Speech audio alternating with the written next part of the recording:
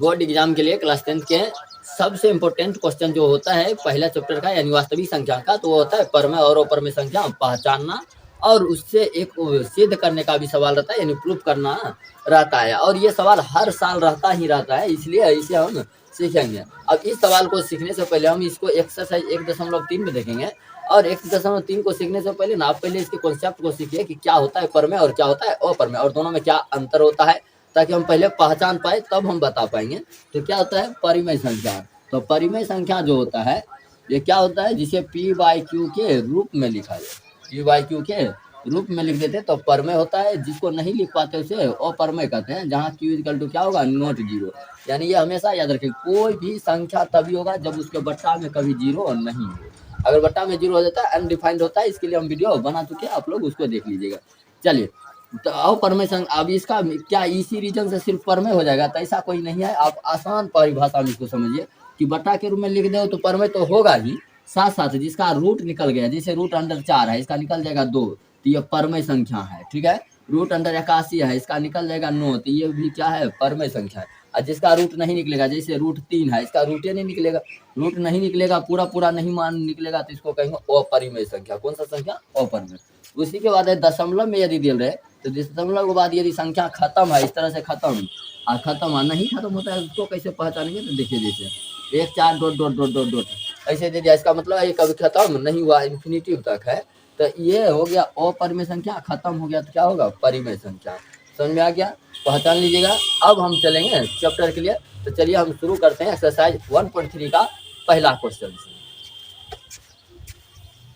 Exercise 1.3 का पहला question है कि सिद्ध कीजिए कि रूट 5 क्या है अपरिमेय संख्या है। चलिए हम इसे सिद्ध करके दिखाते हैं। तो हम सिद्ध आखिर करेंगे कैसे, पहले आपके दिमाग में होना चाहिए। सिद्ध करने का सवाल का क्या होता है, पहले आपके दिमाग में बन गया तो समझ लिए वहाँ बनेगा, नहीं तो आपके दिमाग में नहीं बना तो आप लिखिएगा क्या, कुछ लिखे नहीं पाएंगे। इसके लिए दिमाग में कैसे बनाएंगे, तो हम क्या करेंगे, अपरिमेय सिद्ध करने का रहे हैं तो हम उल्टा मान लेंगे, यानी परिमेय मान लेंगे, और हम अपनी ही बात को क्या कर देंगे गलत साबित कर देंगे। अगर हम परिमेय मान के गलत हो गया तो क्या होगा अपरिमेय होगा। बस इस तरह से इसे सिद्ध कर लेंगे, बहुत ही आसान है। तो करना क्या है, तो रूट 5 है तो लिखेंगे क्या, माना कि रूट 5 एक परिमेय संख्या है, परिमेय संख्या है, ऐसे मान लेंगे, ठीक है। मानने के बाद क्या करना है कि अब हमें इसे लिखेंगे जहाँ q equal to not zero, ये सब जहाँ p/q and q equal to not zero, तथा एक और चीज इसमें मानना होगा कि p तथा q जो है, p तथा q एक सहअभाज्य संख्या है। कौन सा संख्या है, सहअभाज्य, और यही हमें बना कर देगा सवाल को सॉल्व करके, सहअभाज्य संख्या। इस बात को खाली ध्यान में रखना है, यानी कि फोकस करना है यहाँ पर कि सहअभाज्य है, क्या है सहअभाज्य संख्या, ठीक है।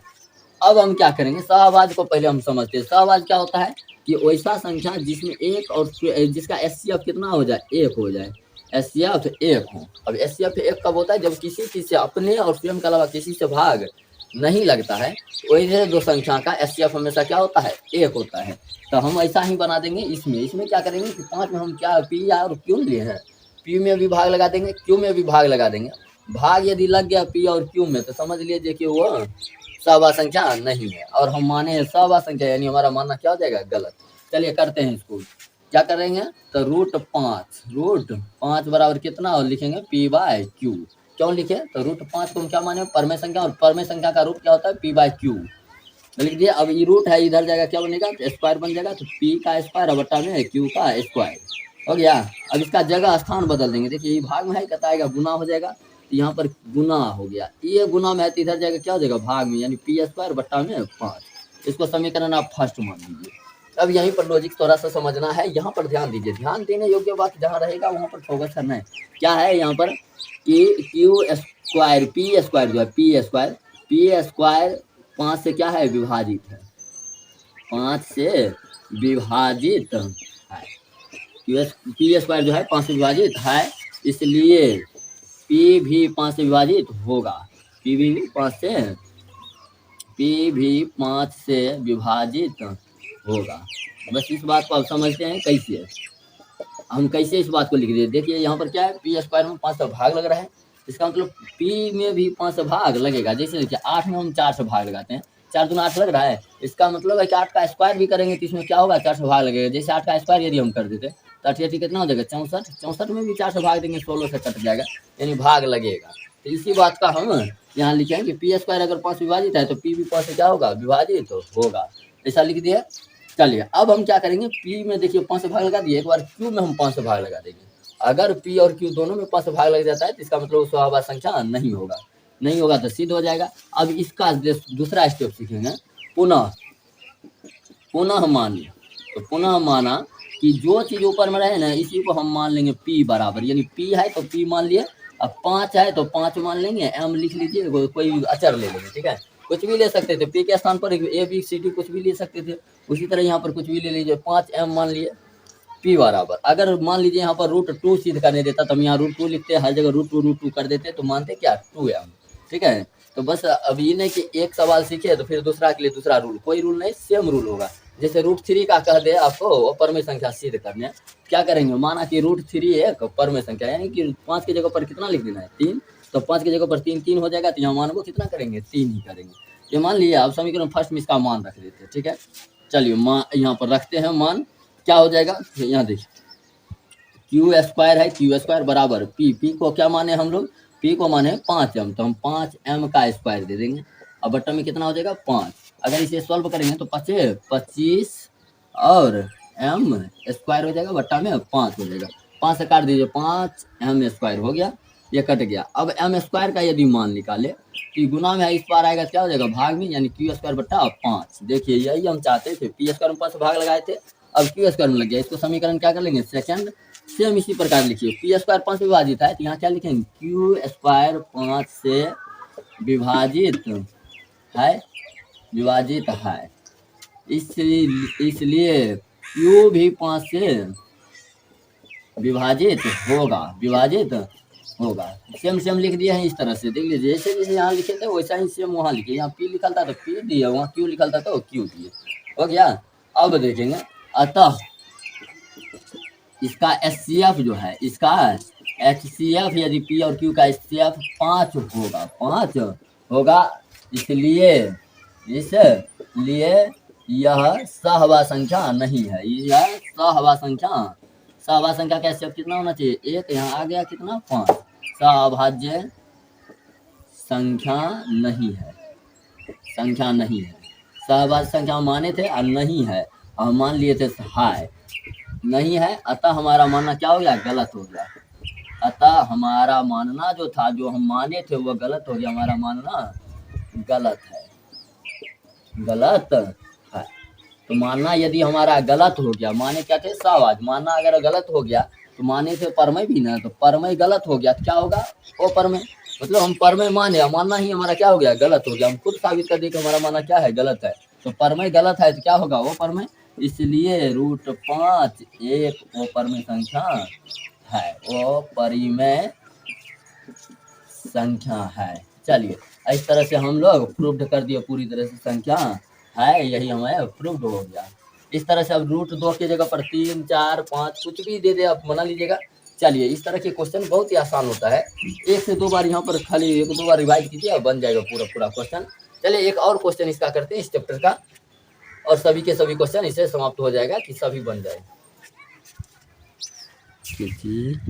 और क्वेश्चन देख लेते हैं इसका हम अलग प्रकार के, कि अकेला नहीं रहे तब क्या होगा। जैसे अभी क्या पढ़े थे हम लोग, √5 अकेला था, अकेला के लिए थोड़ा सा डीप है, थोड़ा सा बड़ा है, जबकि 2 या 2 से अधिक चीज आएगा तो इतना बड़ा नहीं होगा और ये आसान हो जाएगा, जबकि देखने में लगता है उससे बड़ा ये होगा, ठीक है। तो करना क्या है, तो हमें कहता है कि सिद्ध करें कि 3 + 2 √5 क्या है, अपरमेय संख्या है। तो हम पहले तो उल्टा मान लेंगे, माना कि 3 + 2 √5 एक परमेय संख्या है, जहाँ Q = ≠0 होगा, ऐसे मान लेना है, सब में यही करना है। अब करना क्या है, तो जब परमेय माने तो परमेय के लिए हम क्या लिख देंगे, 3 + 2 √5 बराबर परमेय कैसे होता है, तो P/Q, ये सब में लिखना है। अब क्या करना है, जो भी चीज रूट में है ना, रूट को एक तरफ, बिना रूट को सभी के एक तरफ कर लेंगे, इतना ही काम करना है और बन जाएगा आसानी से, ये सबसे आसान होगा। तो करना क्या है, ये प्लस है उधर जाएगा, क्या हो जाएगा माइनस, तो 2√5 बराबर में हो जाएगा P/Q और माइनस का 3 हो गया।